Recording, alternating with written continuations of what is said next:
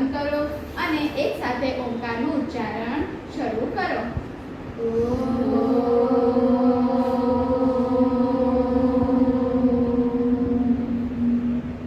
તો ચલો હવે આજે આપણે વિષય ગણિતની અંદર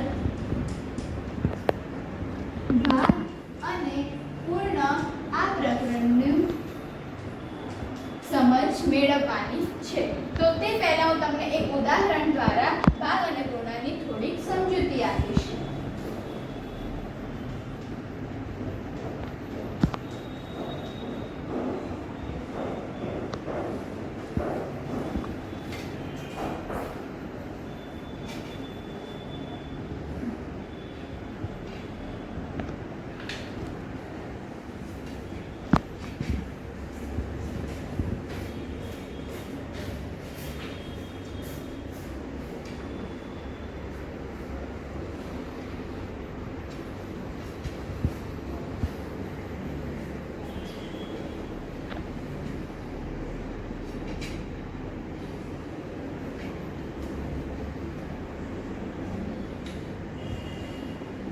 તો અહીં મેં લંબચોરસ આકાર દોર્યો છે. તો આ લંબચોરસ આકારની અંદર તમને કુલ કેટલા ખાના એટલે કે કેટલા ભાગ દેખાય છે?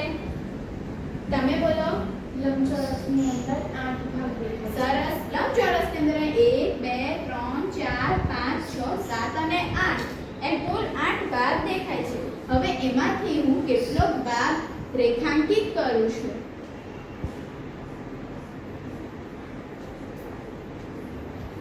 તો હવે તમે મને જણાવો કે અહીંયા મેં કેટલો ભાગ રેખાંકિત કર્યો છે? તમે બોલો. આ લંબચોરસમાં 3 ભાગ રેખાંકિત કર્યા. સરસ. અહીંયા 1 2 ને 3 આ 3 ભાગને મેં રેખાંકિત કરીને દર્શાવ્યું છે. હવે તમને પ્રશ્ન એવો પૂછવામાં આવે કે આ લંબચોરસનો રેખાંકિત ભાગ દર્શાવી તેને અંશ અને છેદ એટલે કે પૂર્ણાંક સંખ્યામાં લખો. તો અહીંયા આપણે રેખાંકિત કરેલો ભાગ કુલ 3 છે. તો આપણે 3 ને અંશમાં એટલે કે લીટીની ઉપર અને 8 ભાગ કુલ છે એટલે કે એને લીટીની નીચે દર્શાવવાનું છે. એટલે આ જે 3 છે તેને આપણે અંશ તરીકે ઓળખીશું અને આ જે 8 છે તે છેદ તરીકે ઓળખાશે. અહીંયા 3 જે છે એ રેખાંકિત ભાગ છે જ્યારે 8 છે એ કુલ ભાગ છે. હવે જો તમને એવું પૂછવામાં આવે કે અહીંયા રેખાંકિત ભાગ કયો છે અને હવે એવું પૂછવામાં આવે કે બિન રેખાંકિત ભાગ કે જેની અંદર આડી લીટી ન હોય તેવો બિન રેખાંકિત ભાગ કેટલા છે? તમે બોલો. બિન રેખાંકિત ભાગ 5. સરસ. અહીંયા 1 2 3 4 અને 5 5 છે એ બિન રેખાંકિત ભાગ છે.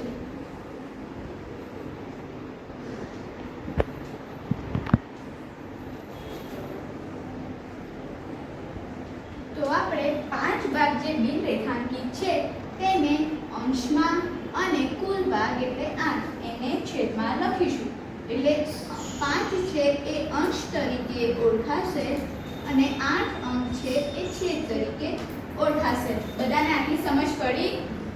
તો હવે હું તમારી સમક્ષ એક પ્રવૃત્તિ કરીને બતાવીશ. એના તમારે મને ઉત્તર આપવાના છે.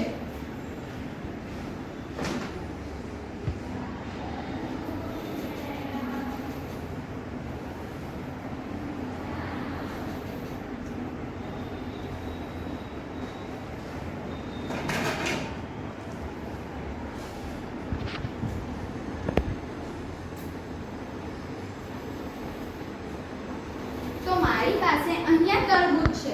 તો આ તરબૂચની અંદર તમને કુલ કેટલા ભાગ દેખાય છે? તમે બોલો. આ તરબૂચની અંદર કુલ 6 ભાગ દેખાય. સરસ. અહીંયા તરબૂચના કુલ 6 ભાગ દર્શાવવામાં આવ્યા છે.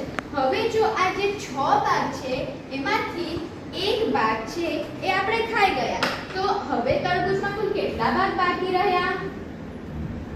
તમે બોલો. 5. સરસ. અહીંયા તરબૂચમાં કુલ 5 ભાગ બાકી રહે છે.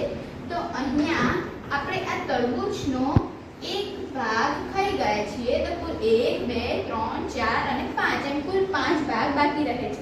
તો આપણે એને અંશ અને છેદમાં કેવી રીતે દર્શાવી શકીશું? તમે બોલો. 5 ના છેદમાં 6.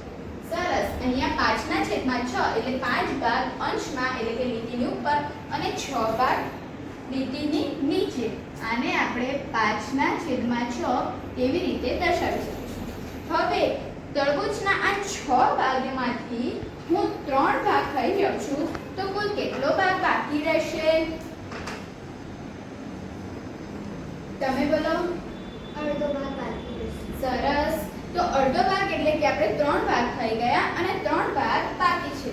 આપણે આ તરબૂચના કુલ 3 ભાગ જે છે એ ખાઈ ગયા અને 3 ભાગ બાકી છે. તો તરબૂચનો અડધો ભાગ બાકી રહેશે. તો આપણે તેને 3 ના છેદમાં 6 હવે તેના છેદ ઉડાડીએ તો છેદમાં 2 એટલે કે 1/2 એટલે કે અડધો ભાગ બાકી રહેશે. હવે જો આ તરબૂચના આપણે 6 માંથી 5 ભાગ થઈ જઈએ તો કુલ કેટલો ભાગ બાકી રહેશે? કોણ? તમે બોલો. એક ભાગ બાકી. સરસ. અહીંયા આપણે આ તરબૂચના 5 ભાગ થઈ ગયા છે તો એના 1 ભાગ બાકી રહેશે. તો આપણે તેને અંશ અને છેદમાં કેવી રીતે દર્શાવીશું? તમે બોલો. આપણે તેને એક સપ્તમાંશ ધરાવીએ. સરસ. 1 ભાગ બાકી છે એટલે 1 ભાગ અંશમાં અને કુલ ભાગ 6 છે એટલે તેને છેદમાં દર્શાવીશું. સમજ પડી બધાને?